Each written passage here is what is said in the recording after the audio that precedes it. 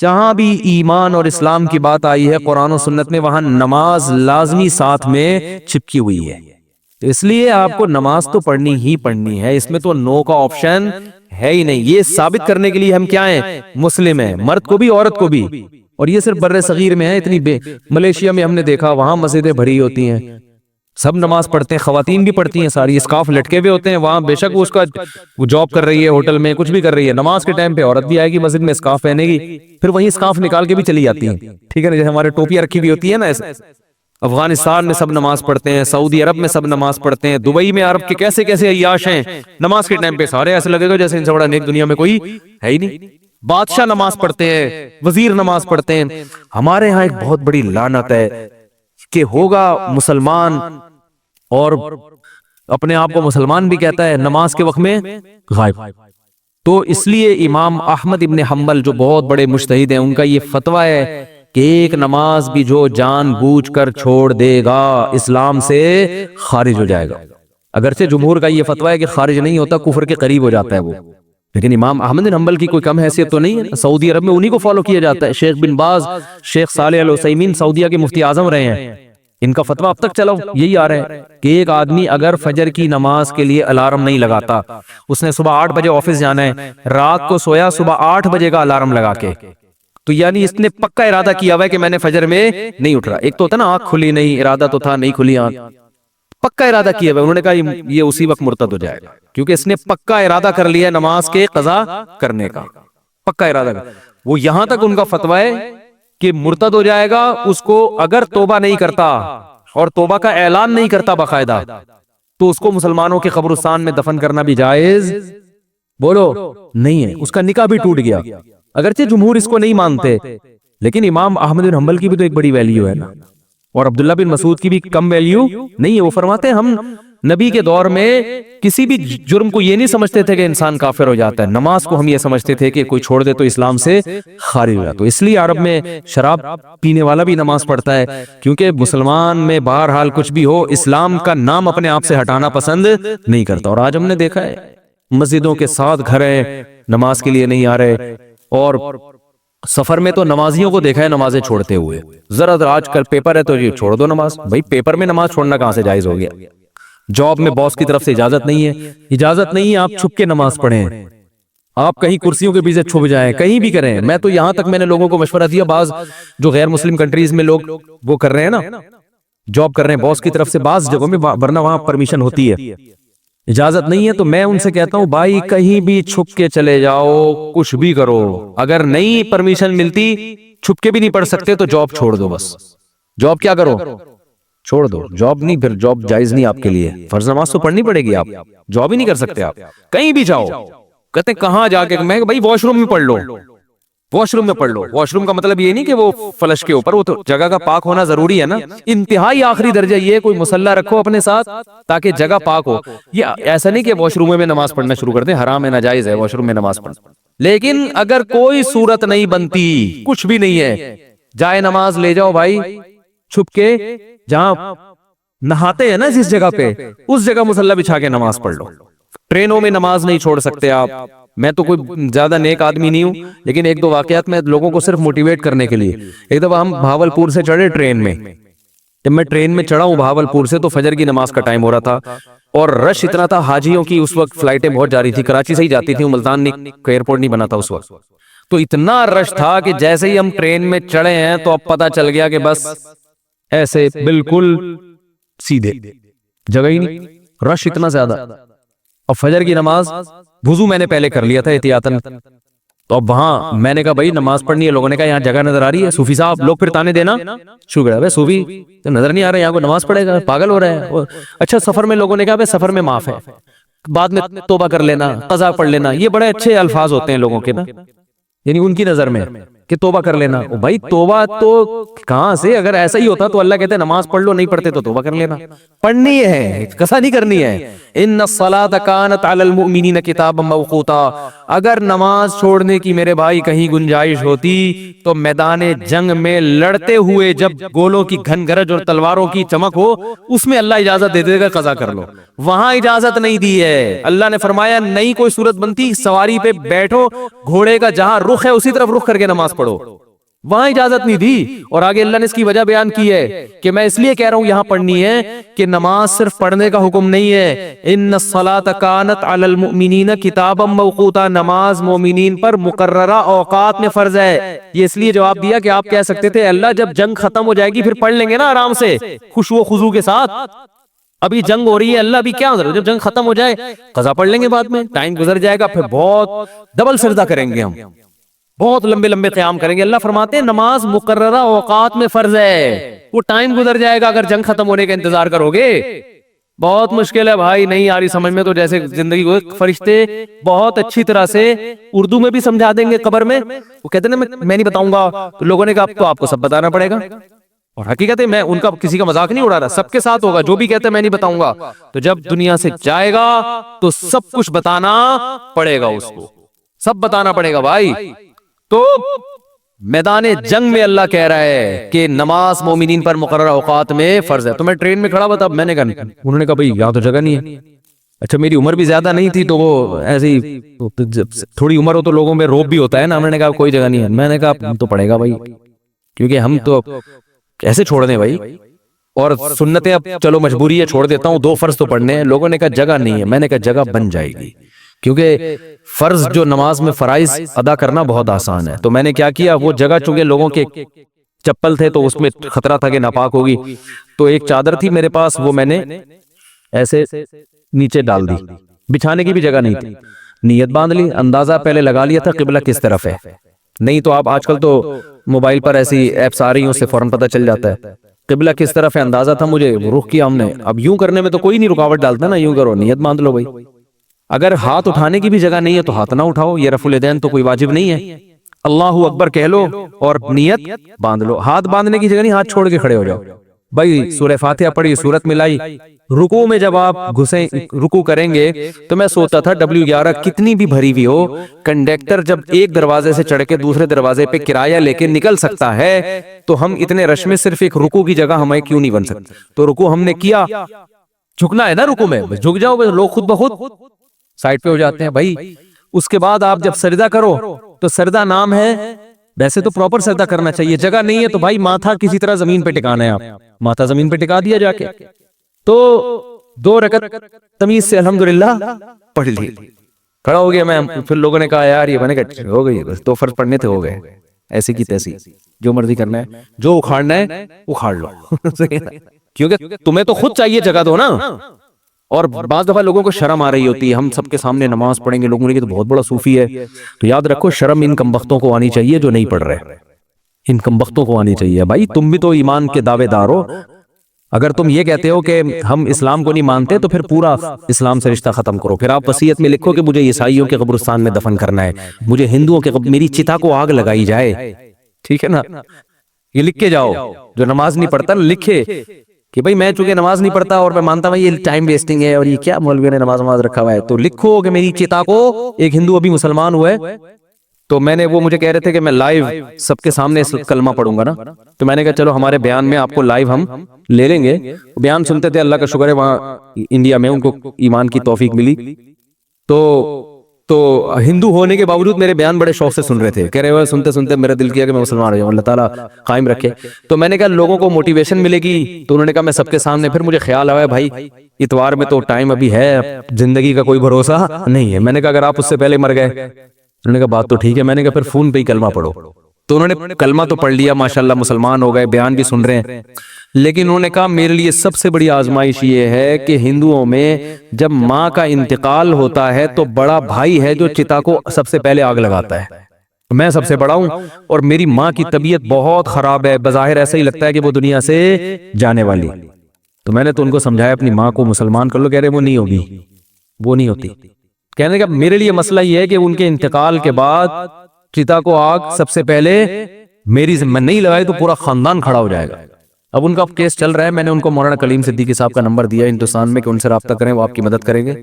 تو ہندو تو چتا کو آگ لگاتے ہیں بھائی، جو نماز نہیں پڑھتے۔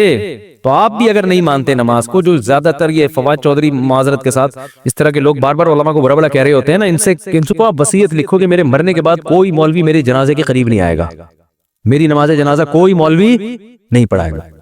تو یہ سب پھر مولوی سے اگر آپ نے دستبرداری کا اعلان کرنا ہے تو پھر پورا مولوی لیس ہو جاؤ آپ، صحیح ہے نا؟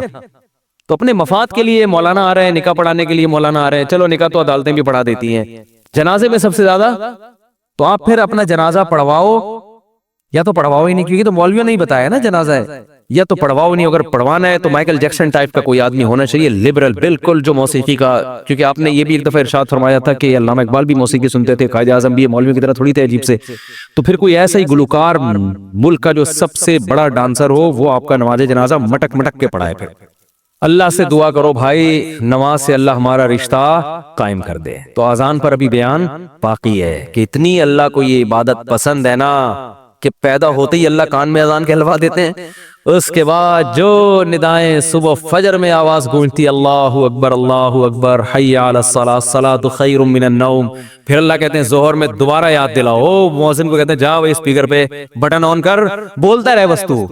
لوگ کہیں گے کہ یار جب نماز کا ٹائم ظہر کا 1:05 ہے تو بتانے کی ضرورت کیا ہے؟ اللہ کہتے ہیں ان کی باتوں میں مت آنا، 1:05 ہے تو 1:45 پہ بتا دینا ان کو کہ 15 منٹ رہ گئے، 20 منٹ رہ گئے۔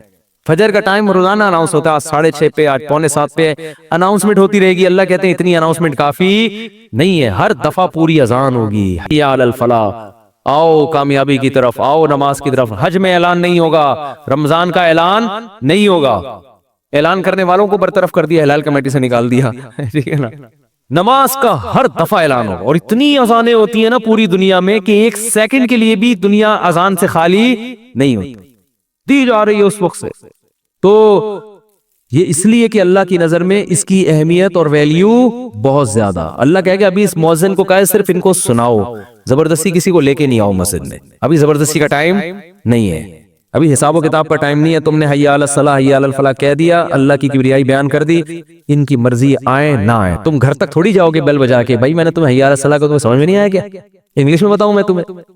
نہ نہ، مؤذن کے لیے جانا کیا ہے؟ ناجائز۔ علماء نے لکھا ہے کہ جب اذان ہو جائے نا تو کسی اور طرح سے دعوت دینا جائز نہیں ہے، کیونکہ یہ اللہ کی دعوت کمپلیٹ دعوت ہے۔ اب آپ اخپل طریقے سے مائک بھوپو ہاتھ میں لے کے لوگوں بلانے، جیسے بعض جگہوں پہ ہم نے دیکھا مسجدوں میں اذان ہو جاتی ہے، پھر ایک اردو میں اذان شروع ہو جاتی ہے، حضرات اذان ہو گئی ہے، مسجد میں اتنے بجے ٹائم ہے، آپ کو بتایا آپ آ جائیں، مرنا ہے ایک دن اٹھنا ہے، وہ پورا پروگرام شروع ہو جاتا ہے نا۔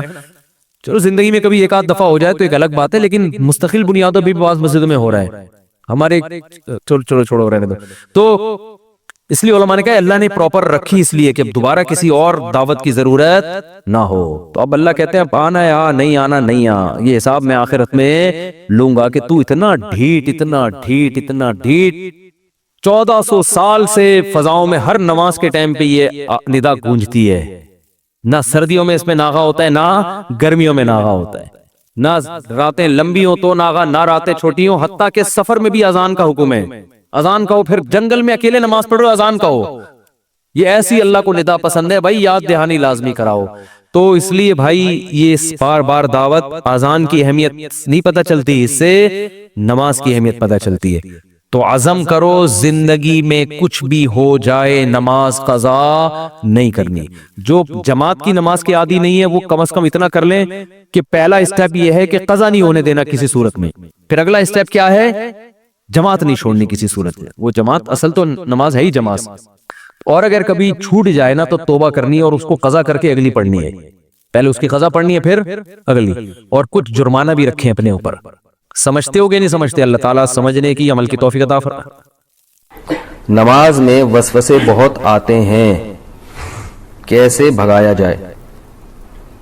دیکھو نماز میں وسوسے اگر اس طرح کے آ رہے ہیں نا، وسوسے دو طرح کے ہوتے ہیں۔ بعض لوگوں کو طہارت یعنی ناپاکی کا وسوسہ شروع ہو جاتا ہے کہ پتہ نہیں ہوا تو نہیں خارج ہوئی ہے، پیشاب کا قطرہ تو نہیں نکلا، تو اس کے بارے میں صحیح حدیث ہے کہ جب تک 100% یقین نہ ہو وضو ٹوٹنے کا، اس وقت تک یہی سمجھا جائے گا کہ وضو باقی ہے۔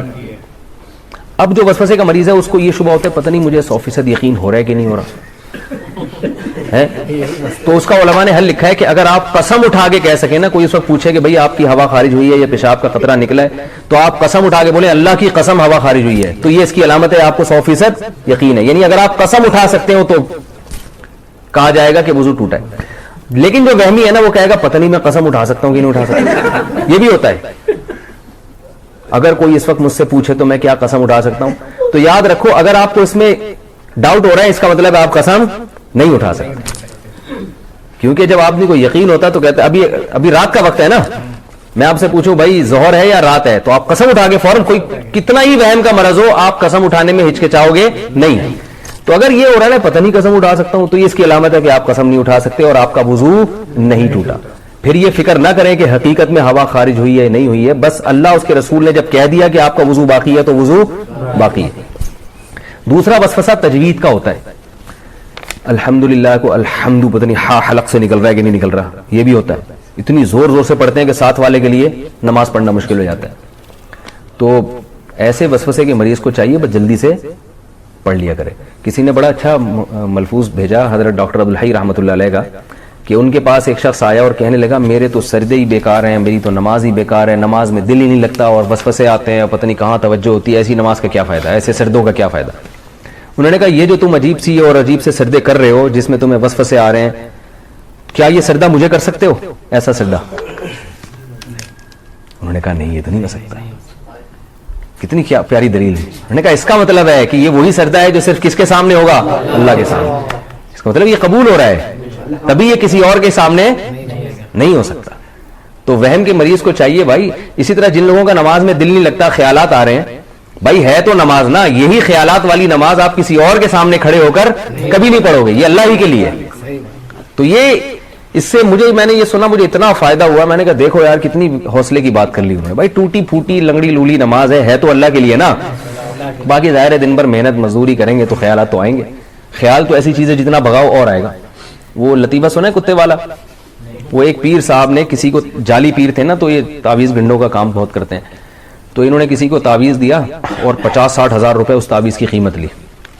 اس دیہاتی کو کہا کہ یہ تعویذ ہے 50-60 ہزار روپے کا ہے, اور اب ان کو پتا تھا اثر ورثہ تو کچھ ہوگا نہیں تو پیسے یہ مانگنے آ جائے گا. تو انہوں نے اس گنوار کو, دیہاتی کو کہا یہ تعویذ جب اثر کرے گا جب گھر میں جب تم داخل ہونا اس تعویذ کو لے کے, تو کالے کتے کا تصور دماغ میں نہیں ہونا چاہیے. اب آپ بتاؤ کون گھر میں داخل ہوتا ہے تو کالے کتے کا تصور ہوتا ہے؟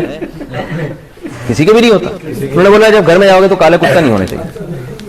اب وہ کہہ رہے یار 50 ہزار روپے خرچ ہو گئے, اور اگر کالا کتا دماغ میں آ گیا تو سارا تعویذ ضائع. اب وہ بار بار کہہ رہے یار یہ کالا کتا نکلے کسی طریقے سے, چھٹک رہا ہے یوں کر کے کالا کتا. وہ جتنا نکالو گے اتنا ہی دماغ میں آ رہا ہے. اب گھر کی دہلیز پہ پہنچ گیا تو یوں کر کے کتا نکال رہا ہے, اور آ بھی کالا ہی رہا ہے. کہہ رہے کمبخت ایک تو آ بھی کتا رہا ہے اور اوپر سے کالا ہی آ رہا ہے. بھائی 3 دن تک یہ کرتا رہا ہے, گھر میں داخل ہی نہیں ہو رہا, بچوں کو باہر نکال دیا, کھانا ادھر ہی دو مجھے, جب کتا نکلے گا تو گھر میں داخل ہوگا میں. لیکن کتے نے تو اور گھسنا تھا. بالآخر یہی ہوا کہ گھر میں گیا تو ذہن میں کتا تھا. بعد میں آیا وہ اپنے جعلی پیر سے کہنے لگا یہ اثر ہی نہیں. انہوں نے دیکھا مجھے تو پتہ چل جاتا ہے تمہارے ذہن میں کتا تھا, اور عقیدت ہوگی کہ ایک تو ان کو پتہ بھی چل گیا. تو وسوسہ ایسی چیز ہے جتنا نکالو گے اتنا ہی آئے گا. اس لیے حکیم الامہ حضرت مولانا اشرف علی تھانوی رحمہ اللہ نے لکھا ہے کہ وسوسے کا حل یہ ہے کہ نہ نکالو نہ خود سے سوچو, جو خود سے آ رہا ہے آنے دو. اللہ جب اسی وسوسے کے ساتھ نماز قبول کر رہا ہے تو ٹھیک ہے, اور وضو کے بارے میں سوچو ہی نہیں, 3 دفعہ منہ دھو اس کے بعد سوچو ہی نہیں یہاں سے کچھ. جو وہمی کے مریض ہیں ان کا کبھی بھی وضو نہیں ہو سکتا. ان کو آپ تالاب میں ڈبو کے نکالیں گے نا 6 دفعہ پھر بھی نہیں ہوگا ان کا وضو. تو یہ بہت بڑی بیماری ہے. اس لیے جو ہے یہ وہم ایسی بیماری ہے کہ ڈاکٹروں, جو نفسیاتی ڈاکٹر ہوتے ہیں نا, ان کو بھی بیماری ہو جاتی ہے. یہ وہمیوں کا علاج کرتے کرتے جو سائیکیٹرک ہوتے ہیں نا, یہ بھی ہوائی بات نہیں ہے, یہ بھی تحقیق کے بعد بتا رہا ہوں کہ یہ جو سائیکیٹرک ہوتے ہیں نا, جو نفسیاتی علاج کرتے ہیں, کچھ دنوں کے بعد ان کو اپنا علاج بھی کروانا پڑتا ہے. یہ حقیقت ہے. آپ کسی ڈاکٹر سے پوچھ لیں, کسی اپنے سے بڑے ڈاکٹر کے پاس بیٹھے ہوں گے, مجھے یہ ہو رہا ہے, ٹھیک ہے نا, کیونکہ ہر وقت ان کے پاس ایسے مریض آ رہے ہیں جو الٹی باتیں کر رہے ہیں, تو تھوڑے دن میں یہ بھی الٹے سوچنا شروع ہو جاتا ہے. کوئی نارمل بندہ ہی نہیں آتا ان کے پاس. تبھی میں وہمیوں سے بہت ڈرتا ہوں. کسی کو طلاق کا وہم ہو گیا, کسی کو جناب طہارت کا وہم ہو گیا تو زیادہ فون آتے ہیں، پھر میں اس کو وہمیوں کی لسٹ میں ڈالتا ہوں. میں کہ بھائی تو پاگل ہے، ہم کو تو نہیں پاگل بنانا، ہم بھی یہی سوچنا شروع کر دیں. میں 2-4 دفعہ اب نہیں بتاؤں گا مسئلہ. تو وہ کیا ہوا تھا، وہ اسی طرح ایک بندہ گیا، اس کو وہم ہو گیا تھا کہ میں بندر ہوں. تو وہ ڈاکٹر صاحب کے پاس گیا، ڈاکٹر صاحب مجھے وہم ہے کہ میں بندر ہوں. ڈاکٹر نے کہا پنکھے سے نیچے اتر کے تو بات کروں گا نا بھائی میں. تو وہ ایک اور ہے نا کہ ایک ڈاکٹر ایک تھا ایک آدمی، اس کو 1 کے 2 نظر آتے تھے. ڈاکٹر کے پاس گیا کہ مجھے 1 کے 2 نظر آتے ہیں، کوئی علاج بتائیں. ڈاکٹر نے کہا آپ تینوں کو یہ بیماری ہے کیا؟ آپ تینوں آدمی کو یہ بیماری. تو بعض دفعہ ڈاکٹر خود اس میں مبتلا ہوتا ہے. تو وہم کا علاج خود ہی کر سکتے ہیں بھائی. وہ کیا ہے کہ وہم کو لفٹ نہ کرائیں. نبی نے کیا فرمایا؟ جس نے خواہشات کو اپنا ہدف بنایا کہ میں یہ خواہش یہ خواہش یہ خواہش یہ بھی ہو جائے یہ بھی ہو جائے، تو آپ نے کیا فرمایا؟ کیا اس کی خواہشات پوری ہو جائیں گی؟ کیا وہ خوشیوں میں آ جائے گا؟ نا نا نا نا نا نا. یہ پیغمبر کہہ رہے ہیں، اللہ کے سچے پیغمبر، وہ کبھی بھی خوشیوں میں نہیں آئے گا. فرمایا اس کو کیا سزا ملے گی؟ جعل اللہ من کانت الدنیا ہمہ جعل اللہ فقرہ بین عینیہ. دولت کے پیچھے بھاگے گا نا تو اللہ اس کے سامنے فقر و فاقہ کا خوف رکھ دیں گے. سمجھ رہے ہو؟ دولت کے پیچھے بھاگ رہا ہے، آ رہی ہے، مل بھی رہی ہے، لیکن خوف کیا ہوگا کہ یہ مجھ سے چھن نہ جائے. اس بات کی ٹینشن، یار یہ ختم نہ ہو جائے، یار یہ چھن نہ جائے، یار کوئی کاروبار کو نقصان نہ ہو جائے. بڑے بڑے کروڑ پتی فیکٹریوں کے مالک آتے ہیں، کہتے ہیں کہ لاشعوری سا خوف ہمیں ستاتا ہے. دنیا کی ہر نعمت ان کے پاس، مگر دماغ میں نا ایک کہہ رہے ہیں ہمیں خود بھی نہیں پتا ہم ڈر کس چیز سے رہے ہیں، لیکن سکون نہیں ہے. ایک لاشعور میں خوف ہے جو ہمیں مسلسل ستا رہا ہے. یہاں ایک آیت کئی سال پہلے، سفید ٹوپی، پوری پراپر داڑھی اور جناب سفید کرتا، بڑے ایسے نورانی چہرہ اور پکے نمازی تھے، بہت بڑے تاجر. مجھے کہنے لگے مفتی صاحب میں ایک دل کی بات آپ سے شیئر کرنا چاہتا ہوں. میں نے کہا جی. کہہ رہے میں نماز بھی پڑھتا ہوں، روزے بھی رکھتا ہوں، اہل اللہ کی صحبت میں بھی بیٹھتا ہوں، اور لیکن پتہ نہیں میرے دل میں سکون نہیں ہے، میرے دل میں سکون نہیں ہے. میں نے کہا آپ فیکٹری کے مالک ہیں، کوئی پرابلم ہے تو بتائیں. کہہ رہے نہیں کوئی پرابلم بھی نہیں ہے. میں نے کہا آپ کے ساتھ بے سکونی پتہ ہے کیا ہے؟ میں جانتا ہوں آپ کی بے سکونی، آپ کو یہ ڈر ہے کہ اس فیکٹری کا کوئی نقصان نہ ہو جائے. جیسی زندگی ابھی ہے پتہ نہیں یہ ہمیشہ ویسی رہے گی بھی یا نہیں رہے گی. تو نماز تو آپ نے پڑھ لی، آپ نے زکاتیں بھی دے دیں، آپ نے روزے بھی رکھ لیے، لیکن یہ جو لاشعور میں خوف ہے نا، اس خوف کا کوئی ازالہ کرنے والا نہیں ہے. کیونکہ آپ کو پتہ ہے یہ شیورٹی، یہ گارنٹی کوئی بھی نہیں لے سکتا کہ تمہیں نقصان کبھی بھی نہیں ہو سکتا. کیونکہ آپ نے اپنی زندگی میں دیکھا ہے بڑے بڑے کاروبار چلتے ہوئے ٹھپ ہو جاتے ہیں، لوگ روڈ پہ آ جاتے ہیں. کہہ رہے ہیں بالکل آپ صحیح کہہ رہے ہیں، مجھے یہی خوف ہے. میں نے کہا اس خوف کا یہ علاج نہیں ہے کہ آپ اپنے کاروبار کو ہر طرح سے سیو کر لو. یہ تو وہ تو کرنا تو چاہیے سیو، لیکن یہ علاج نہیں ہے. میں نے کہا اس کا علاج یہ ہے کہ آپ یہ فرض کر لو کہ یہ چھن گیا آپ سے سب کچھ، ابھی برباد ہو گئی، اللہ نہ کرے فیکٹری میں آگ لگ گئی، اب ہوگا کیا؟ کہہ نہیں کیا ہوگا؟ میں نے کچھ بھی نہیں ہوگا. صبح 2 پراٹھے آپ پھر بھی کھاؤ گے، رات کو سونے کے لیے چھپڑا آپ کو گندے نالے پہ یا فٹ پاتھ پہ مل جائے گا. کوئی بات نہیں، انجوائے کرنا. دنیا مسافر خانہ ہے، رہنے کی جگہ بولو نہیں. ہماری بیسک ضرورت ہے، جب شدید بھوک لگے، بھوک برداشت نہیں ہوتی ہے، کھانے کو روٹی مل جائے، یہ بیسک ضرورت ہے. نیند آئے تو سونے کے لیے جگہ مل جائے. یہ نیند ایسی عجیب چیز ہے، آپ اگر نہیں سونا، ایک وقت آتا ہے کہ آپ بچو گے بھی نا تو کانٹوں پہ بھی نیند آ جائے گی آپ کو.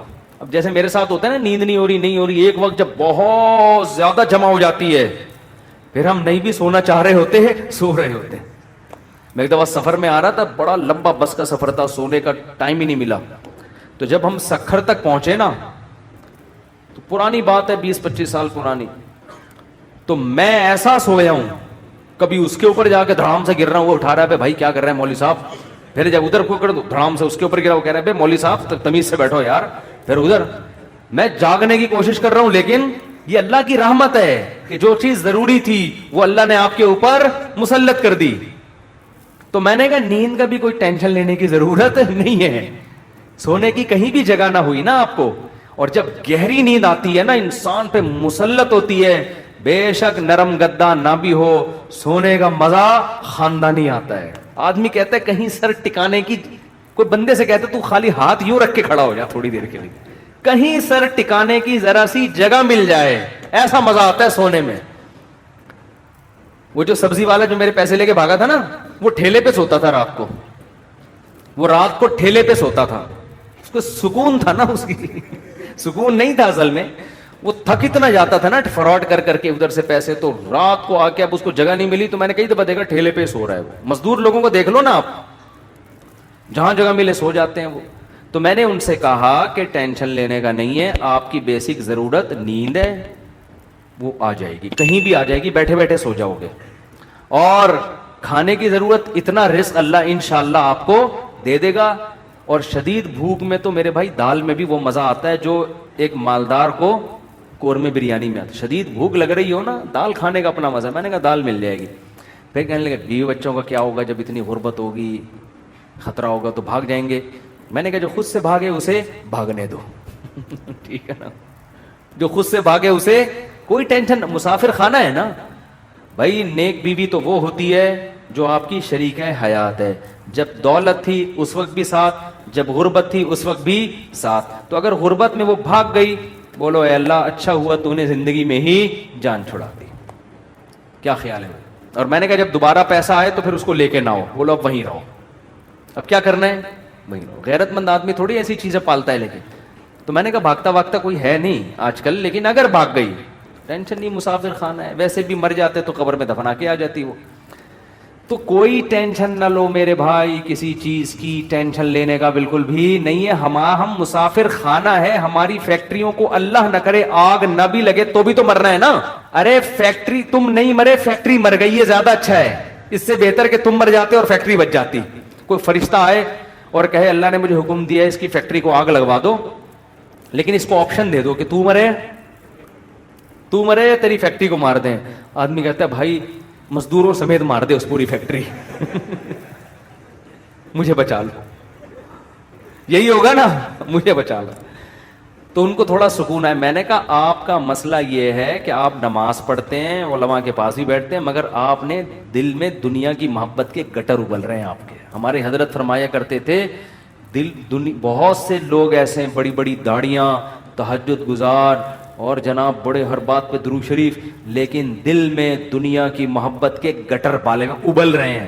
یہ ایسے جیسے اللہ کی محبت کے چشمے ابلتے ہیں نا, تو دنیا کی محبت کے چشمے نہیں ابلتے, گندگی کے گٹر ہیں جو ابلتے ہیں. تو کہتے ہیں ان کے دل میں گندگی نہیں ہے, گندگی کے دنیا کی محبت کی جو ایک گٹر ہے نا, گٹر, وہ گٹر ابل رہے ہیں. جس کو یہ مثال سمجھ میں نہ آتی ہو, بارشوں میں ہماری گلی کو آگے دیکھ لیا کرے گٹر کیسے ابلتے ہیں, تو وہ پتہ چل جائے گا کہ یہ ہے جو گند نکلا ہوا. اس گند کو نکالو.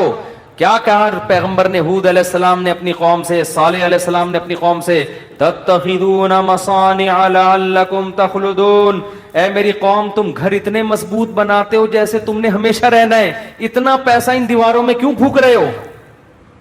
حالانکہ وہ حلال پیسوں سے گھر بنا رہے تھے بھائی, حرام سے تھوڑی بنا رہے تھے, حرام سے نہیں بنا رہے. پھر بھی پیغمبر اعتراض کر رہے ہیں کہ موت کو بھول گئے ہو تم, اتنا سریا بنیادوں میں ڈالا جا رہا ہے. لوگ بتا رہے تھے ہم نے یہ سریا ڈالا. میں کہتا ہوں اپنی ہڈیوں میں تو کیلشیم ہے نہیں تمہارے, پہلے اپنی ہڈیوں میں سریا ڈالو بھائی. ہڈیاں بوسیدہ ہو رہی ہیں, کھوکھلی ہو رہی ہیں, اور مکان کی مضبوطی پہ انسان فخر کر رہا ہے. تو نکالو اس گٹر کو, ویسے جھٹک دو. ہمارے حضرت ایک ذکر بتایا کرتے تھے کہ رات کو نا تنہائی میں بیٹھ کے یہ ذکر کیا کریں. یہ ذکر حدیث سے ثابت نہیں ہے, صرف ٹریننگ کے لیے ہے, ٹریننگ کے لیے, اپنی اصلاح کے لیے. اس لیے اس کو سننا سمجھنا جائز نہیں ہے. وہ ذکر کرواتے تھے, بہت سے اکابر کرواتے ہیں یہ کہ لا الہ الا اللہ. لا الہ میں کیا کرنا ہے؟ گردن یہاں لے کے جانی ہے. لا الہ کوئی معبود نہیں, یہ تصور کر رہے ہیں دل سے اللہ کے علاوہ سب چیزیں نکل رہی ہیں, نکال کے باہر پھینک رہا ہوں. اس تصور کا نا بڑا اثر پڑتا ہے دل کے اوپر. لا الہ سب نکال کے, بحریہ ٹاؤن نکالو سب سے پہلے اس میں سے. ہاں بحریہ, آپ کو نہیں پتا بحریہ ٹاؤن کا, آپ باہر سے آئے نا. ہمارے ہاں وہ کامیاب ہے جو بحریہ ٹاؤن ہے, اور وہ ناکام ہے جو بحریہ ٹاؤن نہیں ہے. تو ہمارے ہاں جنت الفردوس میں ریاض ملک ہے جس کا بحریہ ٹاؤن ہے. یہ جنت جو دنیا میں باتیں کرتے ہیں لوگ اب اس کو نہیں مانتے, کہتے ہیں بھائی تیرے پلاٹ کتنے ہیں. تو لا الہ کا مطلب نکالو دل سے, کوئی نہیں ہے. جو گند بھرا ہوا ہے نا, دکان, پلاٹ, جائیدادیں, جاگیریں, جدھر دل اٹکا ہوا ہے, میرا بزنس, میرا کاروبار, میرا پلاٹ, میرا یہ سب میرا میرا کر کے, جو میری گاڑی, یہ سب فضول چیزوں کو لا الہ میں تصور کر کے نکلو. حالانکہ اس وقت ہمارے پاس دھیلا بھی نہیں تھا ہم تو خود طالب علم تھے, لیکن کہتے تھے نکالو دل سے. رات کو 100 دفعہ نا یہ ذکر کرواتے تھے, لا الہ, سب نکال دیا, الا اللہ. پھر الا اللہ میں چوٹ مارتے تھے دل پہ, الا اللہ صرف کون ہے, اللہ ہے. تو الا کل ما خل اللہ باطل, حدیث میں آتے اللہ کے علاوہ سب باطل ہے. اس کا ہم آج کی زبان میں ترجمہ کریں گے, اللہ کے علاوہ سب بکواس ہے. سب کیا ہے, بکواس. اگر سب بکواس نہ ہوتا تو موسیٰ کلیم اللہ کو اللہ دنیا دیتا نا, اور فرعون کو غریب رکھتا کہ موسیٰ تو میرے ہیں تو ان کو دنیا بہت دوں گا, اور فرعون میرا دشمن ہے, اس کو کھانے پینے کے لیے روٹی, اس کی فیکٹریوں میں آگ لگاؤں گا. کیا کراؤں گا؟ فیکٹریاں تو فرعون کی چل رہی تھیں, اس کے محلات کے نیچے نہریں بہ رہی تھیں, اور موسیٰ کلیم اللہ کو فرعون غربت کے تانے دیتا تھا. ان کے پاس تو کچھ بھی نہیں ہے, شادی کرنے کے لیے تو 10 سال بکریاں چرائی ہیں انہوں نے. آپ شادی کرتے ہیں نا, اصل میں کیسے بھائی اتنے اچھے خاندان میں شادی ہوئی, آپ بتاتے ہیں یار ایکچولی میرا بزنس, اور وہ انہوں نے ایسا میرا اسٹیٹس دیکھا کہ خود ہی دے دی انہوں نے. اور غریب آدمی, ابے تجھے کیسے مل گئی؟ تو کیا کہہ رہا تھا, یار کسی کا رکشہ ادھار لے کے گیا تھا میں بتانے کے لیے. وہ بیچارہ فخر کر سکتا ہے؟ تو فرعون یہ تانے دیتا موسیٰ علیہ السلام کو کہ ام انا خیر من ھذا الذی ھوا مہین, میرے پاس دولت یہ غریب. تو اس سے پتہ چلتا ہے اللہ کے علاوہ اس دنیا میں سب کچھ کیا ہے, بکواس. ہمارے نبی کچرے کے ڈھیر پہ صحابہ کے ساتھ گئے, ایک مری ہوئی بکری کا بچہ, سوری مری ہوئی بکری کا بچہ نہیں, بکری کا مرا ہوا بچہ, سمجھتے ہو, بکری کا مرا ہوا بچہ. مردار ہوتا ہے نا, بو آ رہی ہوتی ہے, پھول پھٹ رہا ہوتا ہے. آپ نے صحابہ سے فرمایا کوئی ہے جو اس کو کچھ درہم میں خریدے؟ صحابہ نے کہا یا رسول اللہ اس گند کو کون خریدے گا؟ آپ نے فرمایا اللہ کی نظر میں اس دنیا کی حیثیت اس سے بھی کم ہے. جو ہم اس کو لفٹ کرا رہے ہیں نا, میرا پلاٹ, میری گاڑی, چند اصل میں یہ سمجھ میں آتی نہیں ہے. آنکھ بند ہوگی تو سمجھ میں آ جائے گا یار کس چیز پہ میں نے محنت کی. تو دل سے دنیا کی محبت نکالو, اور یہ ذکر تنہائی میں اجتماعی نہ کرے, ایک بدعت نہ بن جائے. ہاں لاؤڈ اسپیکر کھول کے بھی مسجدوں میں ہو رہا ہے, ایک ٹوپی ڈرامے شروع ہو جاتے ہیں. ہر چیز کو نا لوگ انٹرٹینمنٹ کا ذریعہ بنا لیتے ہیں. اب یہ ذکر میں نے بتا دیا تو اب پتہ چلا مسجدوں میں پروگرام چل رہے ہیں, آئیے ہمارے یہاں 3:05 پہ ذکر ہوگا, پھر ہاں ہو رونا دھونا, کرنا کرانا کچھ بھی نہیں ہوتا. تو تنہائی میں بیٹھ کے اگر 100 دفعہ ایسے کر لیں, لا الہ, ہلکی آواز کے ساتھ, لا الہ الا اللہ, لا الہ الا اللہ, لا الہ الا اللہ, آپ کئی دن تک کنٹینیو کریں گے, آپ کے دل کی کیفیت بدلنا شروع. پھر آپ کو لگے گا یار لا الہ کوئی نہیں ہے, سب بکواس ہے. پھر کوئی آپ سے آ کے کہے گا نا ابے بحریہ ٹاؤن, آپ کہو گے میں تو رات کو 100 دفعہ دل سے یہ بحریہ ٹاؤن نکالا ہے میں نے, تو کس بحریہ ٹاؤن کی بات کر رہا ہے؟ دنیا رکھو ضرور, ایسا نہ ہو کہ پلاٹ ہی بیچ دیں صبح اٹھ کے. 3 پلاٹ تھے بحریہ ٹاؤن میں بچوں کے لیے رکھے ہوئے تھے, لا الہ الا بحریہ ٹاؤن نکال کے صبح کا اٹھا کے دے دو کسی کو بس. تو اتنا کریں جتنا افورڈ کر سکتے ہیں. یہ تو ہمارے نبی نے تو رکھا ہی نہیں نا, لیکن ہمیں حکم ہے, ہم کمزور لوگ ہیں, رکھ لو. اگر اللہ نے وسائل دیے ہیں, دل نہ لگاؤ. دل لگانے کا کیا مطلب ہے؟ فیکٹری اس لڑکے نے رکھی تھی مگر دل میں بھی رکھی ہوئی تھی, تو میں نے کہا دل سے فیکٹری کو کیا کرو, نکال دو. جب نکالو گے تو کیا ہوگا؟ دل میں محبت ہے یا نہیں ہے, اس کی علامت ہے چھوٹ جانے پہ نقصان کتنا ہوتا ہے. دیکھو بہت سے لوگ اپنی بیوی سے کہتے ہیں میں تم سے بہت محبت کرتا ہوں, پتہ چلے گا مرنے پہ نقصان کتنا ہوتا, افسوس کتنا ہو رہا ہے آپ کو. رہتے تو سبھی میاں بیوی اکٹھے ہی ہیں نا, کیا خیال ہے؟ صبح وہ ناشتہ بنا کے دے گی, آپ کھا لو گے, آپ کے بچوں کو, سب محبت سے ہنسی خوشی زندگی گزر رہی ہے. اس سے تھوڑی پتہ چلتا ہے کہ آپ کو اس سے محبت بھی ہے یا نہیں ہے. اگر وہ مر جائے, اس کو کینسر ہو جائے, آپ کے دل میں آئے کہ چلو یار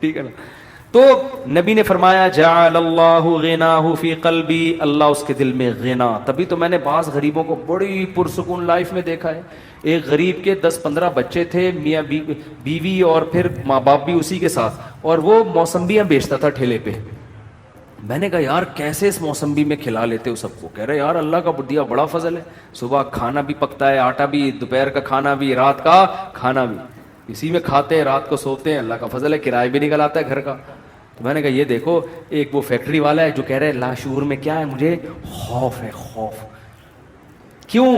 جب آخرت اصل بنا لی تو پھر انسان کو جتنا ملے گا اس سے وہ سمجھتا ہے مجھے میری مسافر کو اتنے کی ضرورت نہیں ہوتی, اے اللہ تو مجھے میری ضرورت سے بہت زیادہ دے رہا ہے, مجھے ضرورت اتنے کی نہیں ہے. سمجھتے ہو؟ بلکہ اگر گاڑی نہیں بھی ہوگی کہے گا اللہ تو نے پاؤں سے معذور لوگ پیدا کیے ہیں, میری دونوں ٹانگیں سلامت ہیں جو کانپ بھی نہیں رہی ہیں. بعض لوگوں کی ٹانگیں کانپ رہی ہیں نا, تو میری دونوں ٹانگیں سلامت ہیں, یہ بڑی فضیلت کی بات ہے. تو ہر چیز پہ کیا رہے گا وہ خوش. ہم اب دیکھو یہ باتیں جب انسان کسی کی زندگی میں دیکھتا ہے نا پھر سمجھ میں آتی ہے, اس لیے کہتے ہیں بزرگوں کی صحبت بہت ضروری ہے. ہم نے یہ چیزیں اپنے شیخ میں دیکھی ہیں. انتہائی غربت میں بھی کہتے تھے اللہ نے اتنے انعامات کیے ہیں کہ مجھے شرم آتی ہے, شرم آتی ہے کہ اللہ تیرے احسانات کا ہم کچھ بھی تو بدلہ نہیں دیا نا. حالانکہ کیا تھا, ہمارے شیخ کے پاس کوئی اپنی پراپرٹی نہیں, کرائے کے گھر پہ ساری زندگی گزاری, اور دل سے کہہ رہے ہوتے تھے اللہ. اور کبھی کوئی پریشانیاں ماضی کے بیان بھی کرتے نا تو وہ کہتے میں صرف آپ کو سبق دینے کے لیے بتا رہا ہوں, ورنہ وہ بیان کرتے ہوئے مجھے شرم اتنی آ رہی ہے کہ اللہ کہے گا 2-4 پریشانیاں میں نے تجھے زندگی میں کیا دی اور تو لوگوں کے سامنے گاتا پھر رہا ہے. شرم آتی تھی ان کو. ہمارے یہاں زندہ رہنے کا کتنا شوق ہے نا لوگوں کو, بڑی عمر بڑی عمر. حضرت کہتے ہیں جب میں 63 سال کا ہو گیا تو مجھے تو اب شرم آنے لگی, یار میں ابھی بھی میں زندہ ہوں, کتنے لوگ دنیا سے چلے گئے.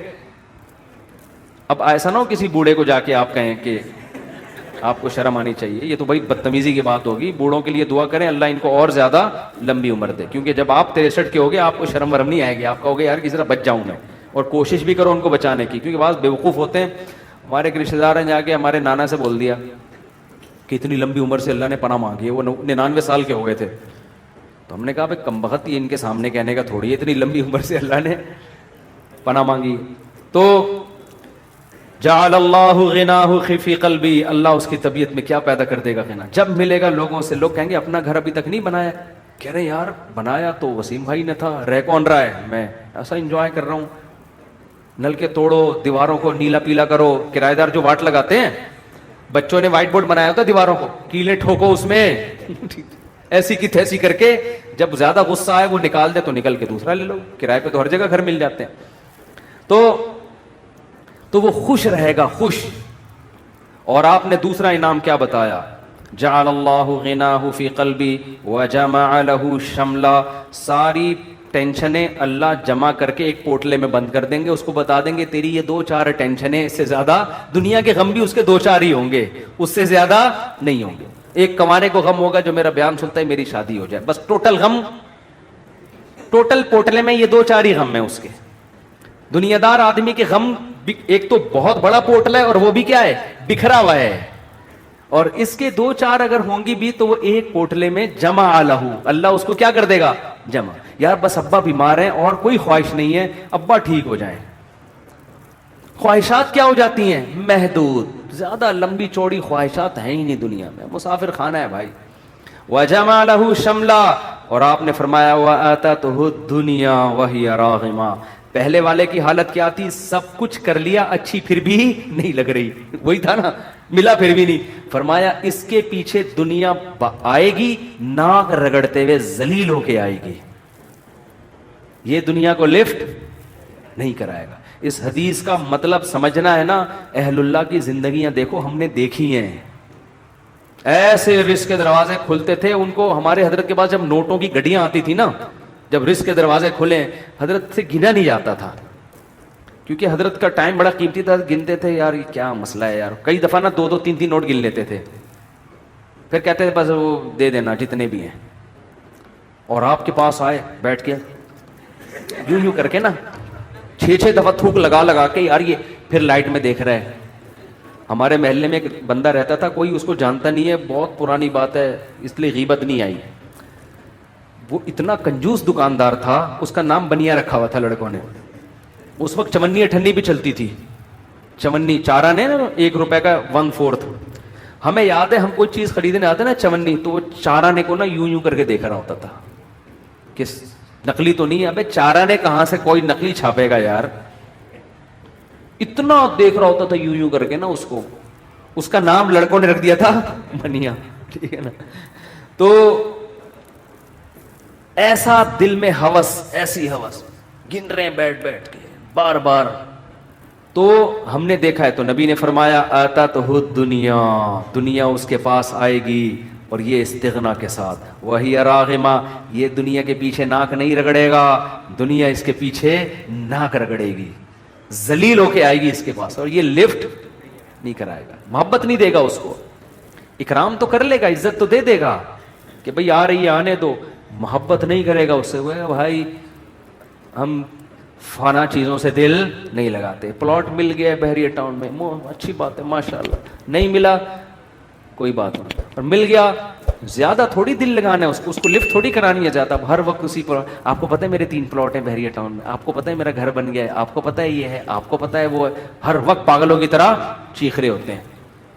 تو اس لیے دل کا سکون چاہتے ہو تو اس دنیا کو دل سے جھٹک کے نکال دو, ایسی کی تیسی, صحیح ہے نا. اور ہدف کس کو بناؤ, آخرت کو, اور اس میں یہی ہے گناہوں سے بچو بھائی. اللہ تعالی ہم سب کو سمجھنے کی, عمل کرنے کی توفیق عطا فرمائے, مجھ سے مسافہ نہ فرمائے, لوگ بہت زیادہ ہو جاتے ہیں. اچھا بھائی, صدقہ فطر کس شخص کو دینا بہتر ہے؟ غریب آدمی کو. اگر کسی شخص کی سیلری کم ہونے کی وجہ سے آج کل کے حساب سے ضرورت پوری نہیں ہوتی, اگر اس کے پاس 70-80 ہزار روپے جمع نہیں ہوئے ہیں, سونا چاندی بھی نہیں ہے, کوئی الگ سے پراپرٹی بھی نہیں ہے, تو اس کو صدقہ فطر دے سکتے ہیں. پبلک لیجنڈ ادارے پر, کمپنی پر حکومت کی طرف سے لازم ہوتے اپنے مالی, بہت لمبا سوال ہے, اتنا لمبا سوال اب میں یہاں پڑھوں گا لوگ ٹینشن میں آ جائیں گے بعد میں. کن وجوہات کی بنا پر عورت اپنے شوہر سے ڈیورس لے سکتی ہے؟ اگر عورت کے لیے اپنے شوہر کے ساتھ رہنا کسی معقول وجہ سے ناممکن ہو گیا ہے, معقول وجہ سے, معقول وجہ یہ نہیں کہ کہیں کوئی اور اچھا لگ رہا ہے یا یہ کہ آمدن کم ہو گئی. معقول کا مطلب یہ ہوتا ہے کہ کوئی اتنے اخلاق شوہر کے خراب ہو گئے ہیں کہ اب گزارا, بعض میاں بات بات پہ فحش گالیاں دینا شروع کر دیتے ہیں, تو اور ایسی وہ عورت خود فیصلہ کرے گی کہ اللہ کی حدود پہ قائم رہنا میرے لیے ممکن نہیں ہے, ڈپریشن میں جا رہی ہے, تو ایسی صورت میں اگر وہ طلاق کا مطالبہ کر لے تو جائز ہے. باقی طلاق ہوگی اس وقت تک نہیں جب تک شوہر دے گا نہیں, یہ کورٹ نہیں کر سکتی یہ کام. کورٹ کی جو کورٹ کی ڈیورس ہے نا, یہ ڈیورس پہ میں کئی بار بیان کر چکا ہوں. آج کل جو عدالتوں میں خلا کی ڈگریاں دی جا رہی ہیں ان میں 90% کالعدم ہے. کچھ کیسز ایسے ہوتے ہیں جن میں وہ ڈگری معتبر ہوتی ہے. تو کورٹ سے جب بھی کوئی خلا کی ڈگری لے گا پہلے اس کو مفتیوں سے پوچھے گا کہ یہ خلا صحیح ہوا ہے کہ نہیں ہوا. اچھا بھائی, اگر کورٹ کی طرف سے بیوی کو طلاق ملے گا تو بیوی شوہر کے نکاح میں نہیں رہتی ہے. اگر شوہر نے کورٹ خلا نامے پہ سائن نہیں کیے تو عورت نے اگر خلا لیا تو پہلے مفتیان کرام سے پوچھے کہ یہ خلا ہوا بھی ہے کہ نہیں ہوا, ورنہ اس کا پرانا نکاح باقی ہوگا. شادی سے پہلے میڈیکل چیک اپ کروانا, اگر بھائی اگر آج کل یہ بڑا رواج ہو رہا ہے شادی سے پہلے لڑکا کا بھی میڈیکل چیک اپ, لڑکی کا بھی میڈیکل چیک اپ, تو نکاح کو خام خام میں اپنے اوپر نہ پابندیاں نہ لگاؤ. اگر پہلے سے خطرہ ہو کسی کے بارے میں, خاندانی مسئلہ چلا آ رہا ہے, پھر تو ٹھیک ہے, لیکن نارمل اس میں اللہ پہ توکل کرنا چاہیے, اللہ پہ اعتماد کرنا چاہیے. تو کوئی اگر فیملی کا کوئی ہسٹری ہے پہلے سے پتہ ہے تو پھر تو ٹھیک ہے, پھر تو احتیاط کریں, نارملی یہ کام نہ کریں. بینک کے ملازمین کی تنخواہ سود سے پاک ہوتی ہے؟ یعنی بینک کے ملازم کی تنخواہ تو سود سے پاک ہوتی ہے, مگر پھر بھی ہوتی اس لیے حرام ہے کہ سودی کام کو لکھنا, اس پہ گواہ بننا, یہ ناجائز ہے. اس ناجائز کام کے بدلے میں تنخواہ دی جا رہی ہے اس کو. مثال کے طور پر آپ نے کہا فلاں کی چیز اٹھا کے لے آؤ, اس کے بدلے میں تمہیں اپنی حق حلال کی آمدن سے 50 روپے دوں گا. تو آپ دے تو حق حلال سے رہے ہو, لیکن جس کام کے بدلے میں دے رہے ہو وہ کام کیا ہے, ٹھیک نہیں ہے, تو اس کے لیے وہ حرام ہوگی. تو بینک میں جو سودی بینک میں جو لوگ جاب کرتے ہیں اور سود میں انوالو بھی ہوتے ہیں, ان کی آمدن کو سودی نہیں کہیں گے, حرام کہیں گے. سمجھتے ہو؟ اچھا بھائی، بینک میں کام کرنے والا مسجد یا فلاح اداروں میں چندہ ادا کرے تو اس کو نہیں چاہیے کہ چندہ دے اگر سودی بینک میں ہے؟ میرے بھائی چوتھی شادی کا کیا مطلب؟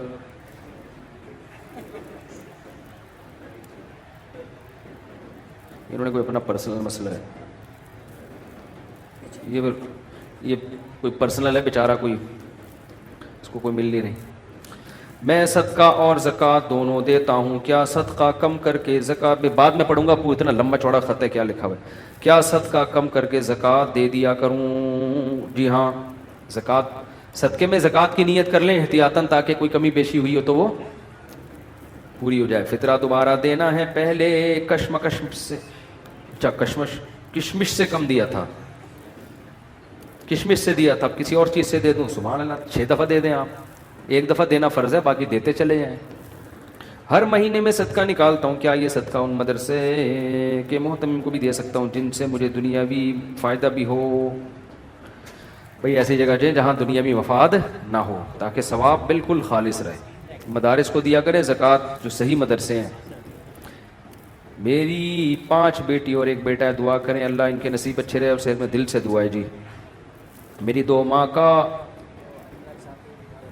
بھائی ہمارے یہ بھانجے ہیں نا، ان کے چچا انور صاحب، چچا نہیں، ان کے ابو کے چچا انور صاحب ماڑی پور میں، ہماری بھی بڑی دوستی تھی، ان کا بھی انتقال ہو گیا، ان کے لیے بھی خصوصی دعا کریں اللہ مغفرت فرمائے۔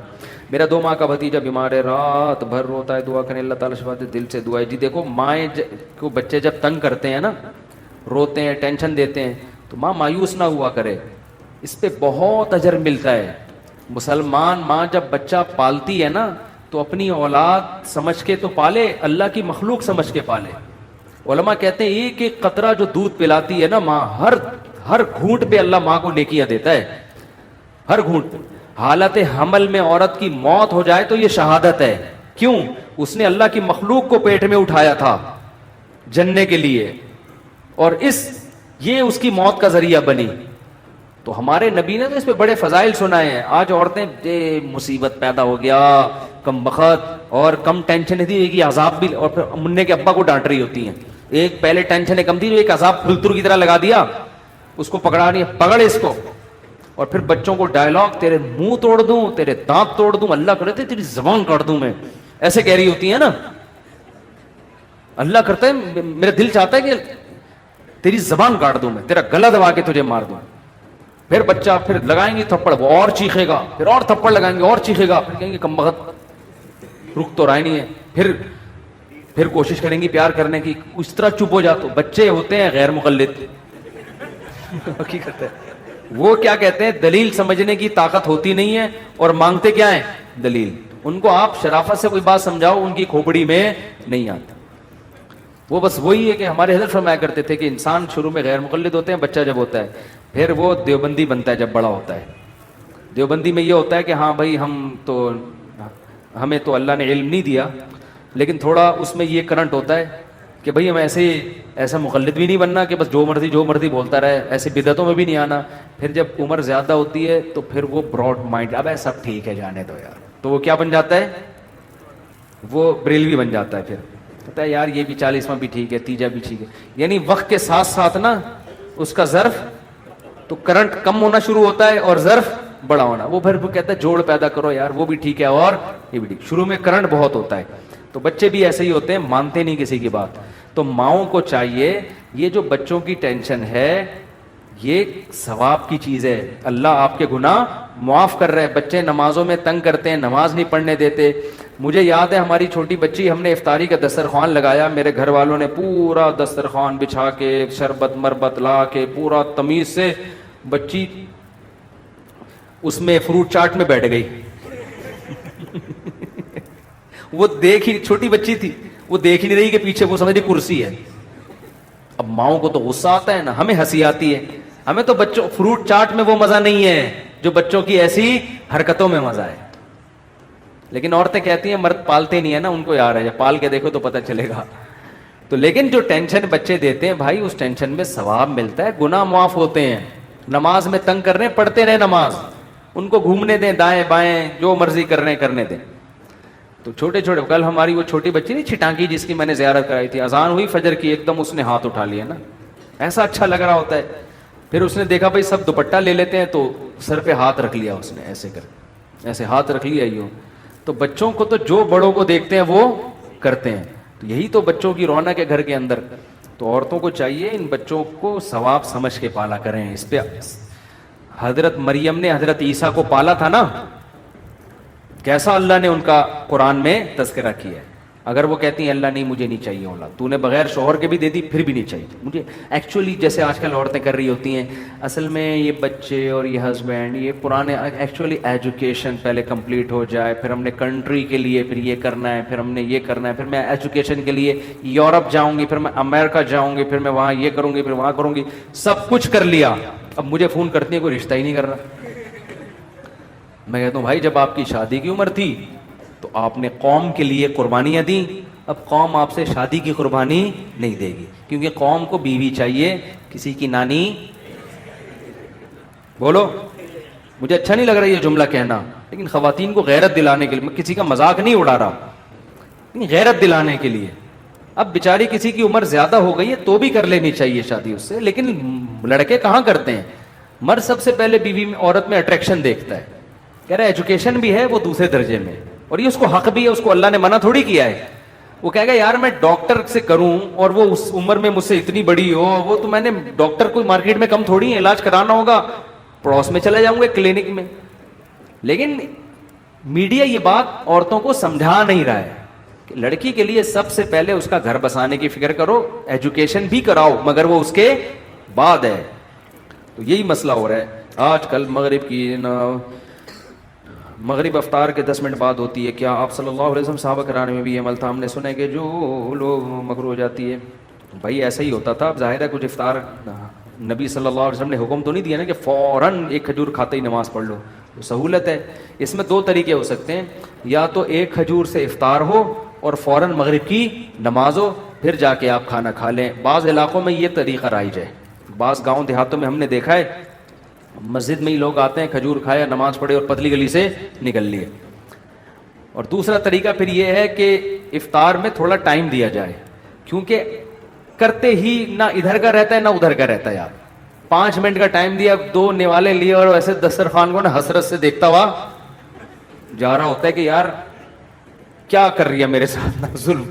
اس چکر میں لوگ جماعت کی نمازیں چھوڑ دیتے ہیں, تو 10-15 منٹ میں کمر سیدھی ہو جاتی ہے انسان کی, یہ فائدہ ہوتا ہے اس کو.